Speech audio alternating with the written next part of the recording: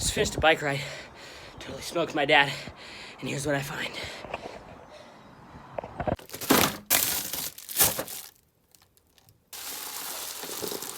Hey guys, welcome back to the channel. If you're new here, this is Purple Pictures, the stop motion channel that probably does more action figure reviews and other things than actual stop motion.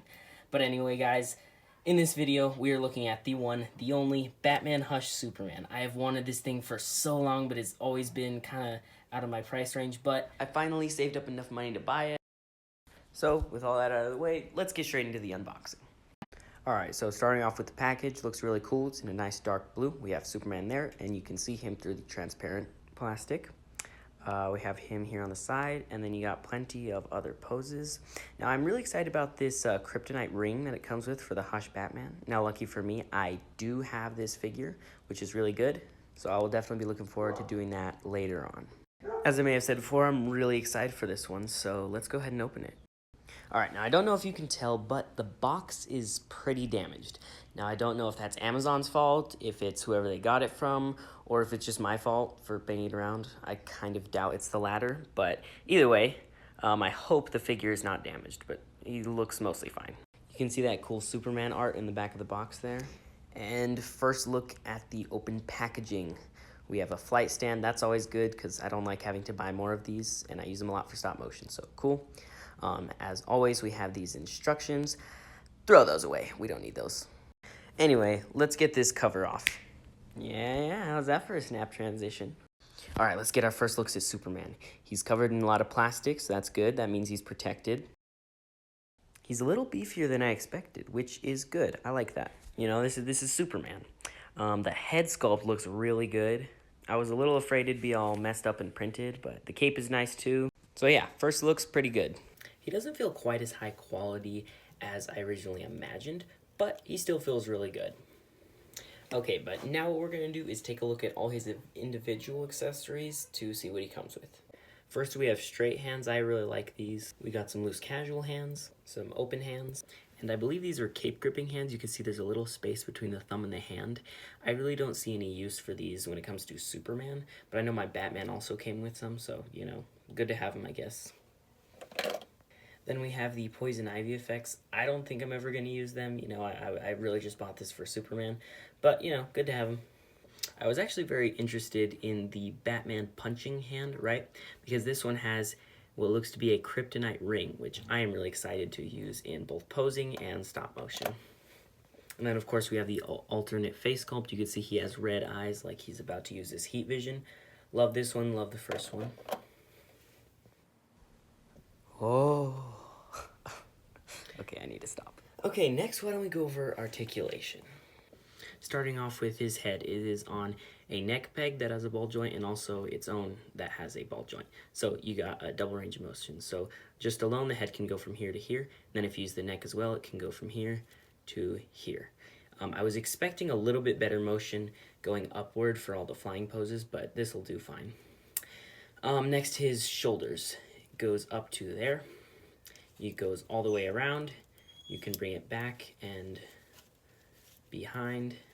You can twist all the way around at the arm, double bend at the elbow. His wrist can go forward and back and can come off, of course. Then his torso, the chest part goes to there, and then the abdomen as well can go there to there. So that is a pretty good range of motion. The trunks are very like rubbery and flexible, which I was not expecting, but I do like. The legs can actually come down, each of them, and they can cross a lot. Like they can go really far, which is very helpful for some poses. They can go up to there, then back to about there. You can go out, in, full 360 pretty much. Got a nice double bend at the knee. The ankle goes there to there, and then some swivel at the toe. For his cape, you get two wires, one on this side and one on this side. The middle can be a little difficult to work with, especially because it can tend to kind of bunch up high when you're trying to put him in poses. But there are these little folds right here that can be used to essentially shorten it a lot. And then if you just push it down real flat, it will work just fine. Alright, next, why don't we do a posing montage?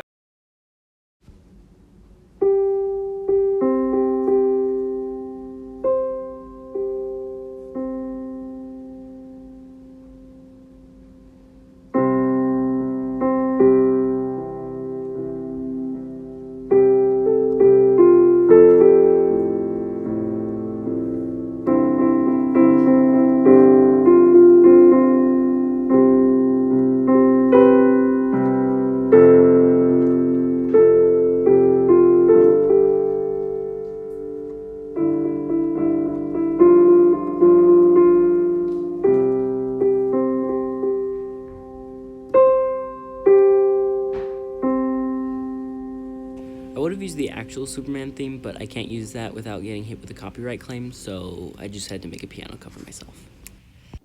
Okay guys, time to do some scaling. So, on his own, Superman stands at about 6.5 inches, maybe a little more. Here he is next to the Hush Batman, and these two are from the exact same line, so they were made for each other. They are very close in height, but I think Batman is just a smidge taller.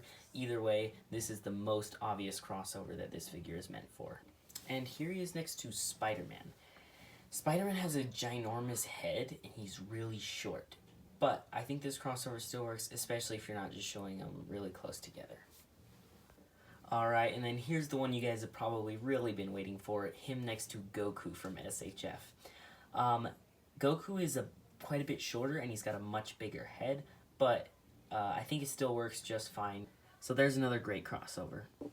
Alright, well, we're almost done with this review, so let's get into the pros and cons of this figure. Alright, so the first con is that his ginormous lats right here are restricting the movement of the arms, which means the arms cannot go completely flat at his side, which is a little bit of bummer for when you want to create those really straight flying poses. The second con is his cape.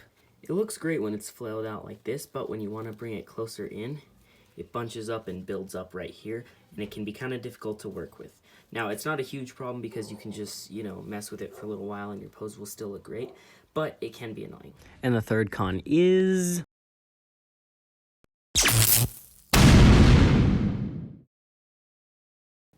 yeah, this figure is wicked expensive. I had to pay almost $200 for it. Don't tell my mom. Alright, the first pro is that this is pretty much the perfect Superman, and it works great with other lines. The second pro is that it comes with an alternate accessory for Mafex Hush Batman, which is always super cool when you get to do that by mixing lines. And then the last pro is kind of just everything. The articulation is great, the colors are beautiful, and he comes with just the right amount of accessories. So, the $181 question, was it worth it? Yes or no? And what I'll say is this. The figure is great. It's just overpriced. So if the price is not a problem, you will not regret picking this one up. But if you're a little unsure of whether to buy it, then, it's okay if you're not willing to destroy your bank account. But anyway, guys, that'll just about do it for this review. Be sure to subscribe because it helps me. And I will see you guys next time. Peace out.